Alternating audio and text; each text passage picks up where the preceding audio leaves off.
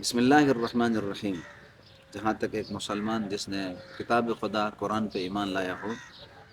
الذین آتیناہم الکتاب یتلونہ حق تلاوتہ اولئک یؤمنون بہ، حق تلاوت یہ ہے کہ پہلا مرحلہ اس کتاب کو صحیح طریقے سے پڑھنا، سمجھنا اور غور و فکر اور تدبر کے ساتھ عمل کرنا،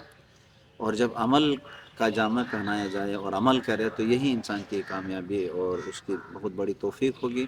اور یہ خوش قسمت انسان ہوگا کہ قرآن کو اس مرحلے تک، اس کتاب الہی کو،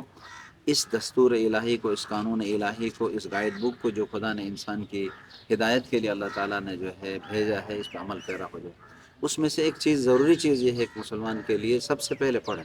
پڑھنے کے ساتھ جو ہے عربی اور اردو کے درمیان کوئی 12 یا 8 حروف کا 8 حرف ایسے ہیں کہ جو عربی میں اور اردو میں فرق کرتے ہیں، اس میں سے ایک ایک حرف کو اگر آپ لے لیں تو کچھ ہی گھنٹوں میں، سیکنڈوں میں، یعنی منٹوں کے اندر انسان سیکھ سکتا ہے۔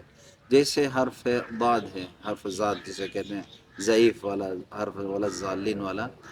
اگر آپ اس ذات کو ادا کرنا بہت سے قاری حضرات یا بہت سے طریقوں سے جہاں بتایا جاتا ہے، بہت مشکل طریقے سے بتایا جاتا ہے، آپ آسان انداز میں جو ہے اس کو سیکھ سکتے ہیں۔ کس انداز میں؟ حرف وہیں اردو والے ذات کو آپ موٹا ادا کریں، غیر المغضوب علیہم ولا الضالین کو تھوڑا موٹا ادا کریں گے تو ولا الضالین، ولا الضالین، یہ 2 طریقوں سے ادا کر سکتے ہیں، یعنی یہ ذہن میں رہے ولا الضالین یا ولا الضالین نہ ہو تو یہ حرف ہمیشہ کے لیے ٹھیک ہوگا۔ کس طریقے سے؟ غیر المغضوب علیہم ولا الضالین، ولا الضالین،